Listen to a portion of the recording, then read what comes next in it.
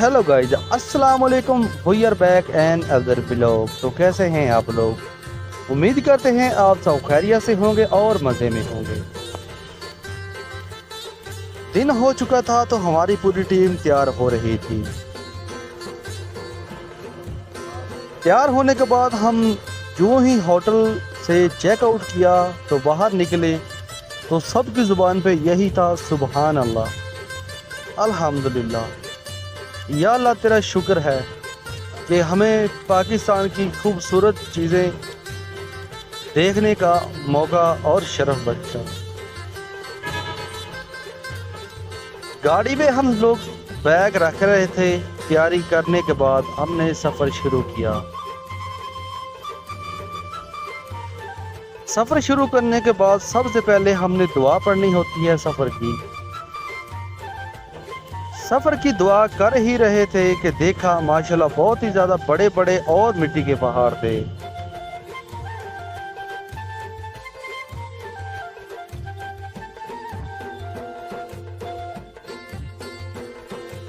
जिधर भी नज़र दौड़ाते थे तो मिट्टी के पहाड़ों के अलावा और कुछ भी नहीं नज़र आता था। बहुत ही बड़े बड़े पहाड़ थे। हमने नाश्ता नहीं किया तो खैर नाश्ता करना था, क्योंकि ये ज़रूरी था क्योंकि हमने लंबा सफ़र तय करना था आज। सब लोग होटल की तरफ रवाना हो गए।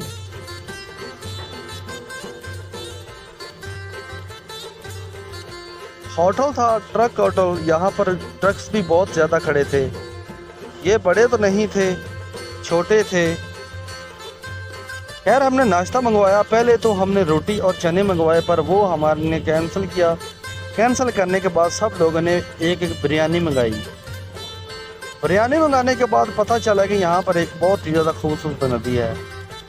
नदी पे एंजॉय करने के बाद फाइनली हमने पेट्रोल भरवाया। पेट्रोल भरवाने के बाद फिर हमने अपना सफ़र शुरू किया।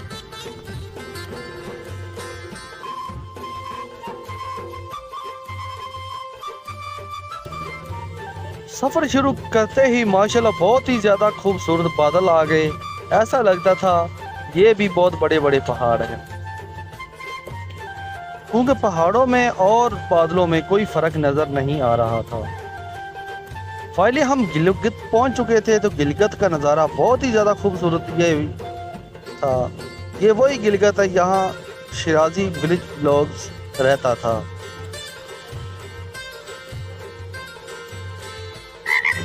माशाल्लाह आप देख सकते हैं दरियाए सिंध।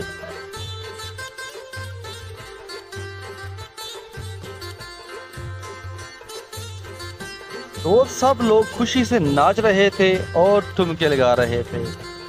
यह बंदा पूरे ग्रुप की जान था, क्योंकि ये इतने शुगर लगाता है और इतने बड़बड़ाता है आपको बता नहीं सकते।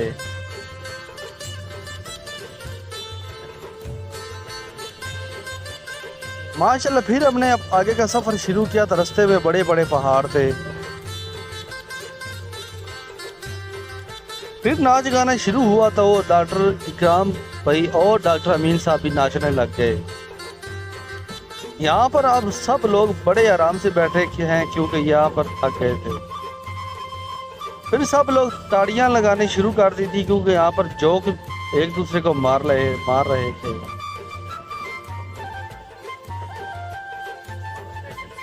ये जो आपको बंदा लेफ्ट साइड पे नजर आ रहा है ये है डॉक्टर, और ये कभी भी नहीं नाचता। यहाँ पर ग्रुप में आके पता नहीं क्यों कैसे नाच रहा है।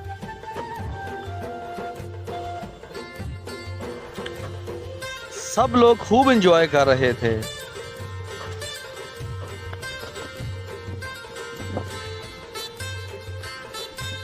माशाल्लाह आगे की तरफ बढ़ रहे थे तो माशाल्लाह बहुत ही खूबसूरत वादियाँ थी। दरियाए सिंध जो था वो हमारे साथ साथ चल रहा था। फाइनली हम रकापोशी पहुंचे तो वहाँ पर बहुत ही ज़्यादा खूबसूरत पहाड़ था। ऊपर ग्लेशियर भी थे, बर्फ़ भी थी। बर्फ़ और ग्लेशियर एक जैसे ही होते हैं। जब ये पिघलते हैं तो इसे ग्लेशियर का नाम दिया जाता है, जब बड़े होते हैं तो आइस बोलते हैं।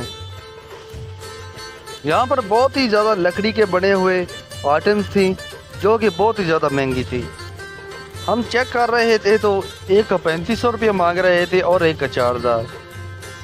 हमने नहीं लिए कि हमें काम में नहीं आने तो फ़ायदा क्या फजूल खर्ची करने का। हमने चेरी खानी थी तो फाइनली हम चेरी खाने के लिए आ गए।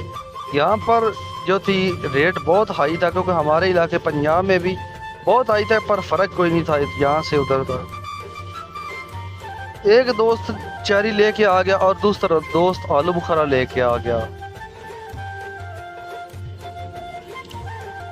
आलू बुखारा उन्होंने दिया मुझे तो मैं खाने लग गया। माशाल्लाह बहुत ही मज़ा आ रहा था। सब लोग आलू बुखारा एंजॉय कर रहे थे ठंडे इलाकों में।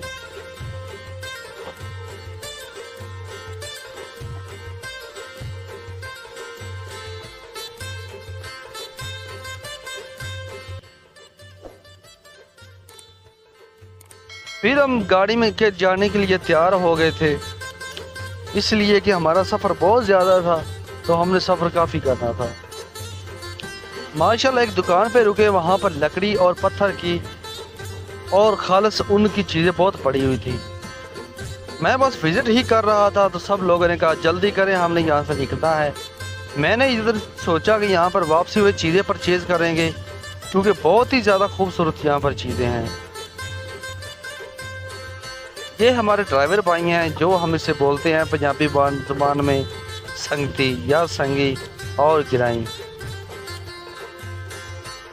माशाल्लाह फिर हमने ट्रैवल शुरू किया तो बड़े बड़े पहाड़, क्या बताएं हम आपको, माड़ी माड़ी और कम थोड़ी सी बारिश पड़ रही थी।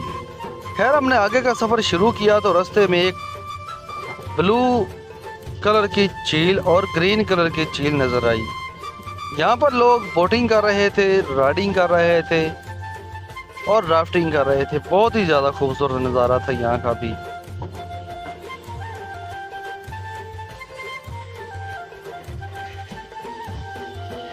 एक तरफ पानी था और एक तरफ दलदल थी।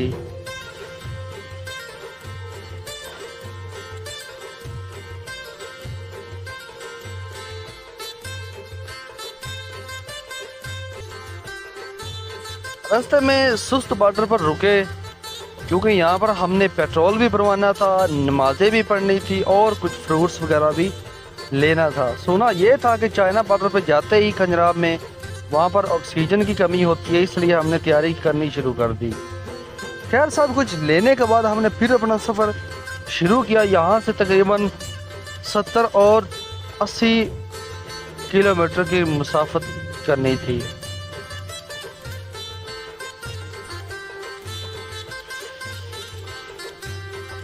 ये है जनाब दरियाए सिंध जो कि यहाँ पर नाले की शक्ल अख्तियार कर गया है। जैसे ही आगे आगे जाएं चिलास की तरफ रास्ते में दरियाए सिंध बड़ा होता जाता है। माशाल्लाह फाइनली हम खंजराब बॉर्डर पर पहुँचे तो इधर इतनी गाड़ियाँ खड़ी थी और बाइकर्स भी बहुत ज़्यादा खड़े थे। तो सब लोगों ने किसी ने चादरें उठा ली और किसी ने अपनी जैकेट्स उठा ली, पर मैंने कुछ नहीं पहना था। सोचा ये था कि हम पंजाब से आए हैं जहाँ पर इतनी गर्मी पड़ती है और यहाँ आकर भी अगर ये सब कुछ करे तो फ़ायदा ना हुआ।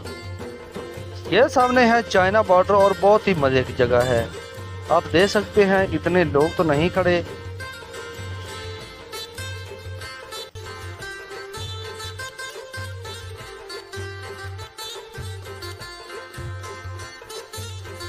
चाइना बॉर्डर पे घूमने के बाद हमने सोचा कि साइड पे जाके मज़े करें। मज़े ऐसे करने थे कि वहाँ पर बर्फ़ पड़ी थी, वहाँ पर हमने एक दूसरे पे गोलाबारी करनी। फाइनली हम बर्फ़ पर पहुँच गए तो मेरे दोस्तों ने सामने एक दूसरे पर गोलाबारी की और खूब एंजॉय किया। पर मज़ा तब आता है जब हमारे पास दस्ताने हों और हाथों पे लगाए हों फिर एक दूसरे पर गोलाबारी करने का मज़ा आता है। ऐसे तो हाथ ठंडे हो जाते हैं और कोई फ़ायदा नहीं होता। अगर आप भी चाइना बॉर्डर पर जाएं सो जब भी ट्रैवल करें इधर का तो अपने दस्ताने साथ में ज़रूर लेके चलें और हुड वाली एक जैकेट लाजमी लेके जाएं इधर। हमें सांस बहुत चढ़ गया था, सांस फूल गई थी, तो हमने फिर बस कर दी और हमारे हाथ भी ठंडे हो चुके थे।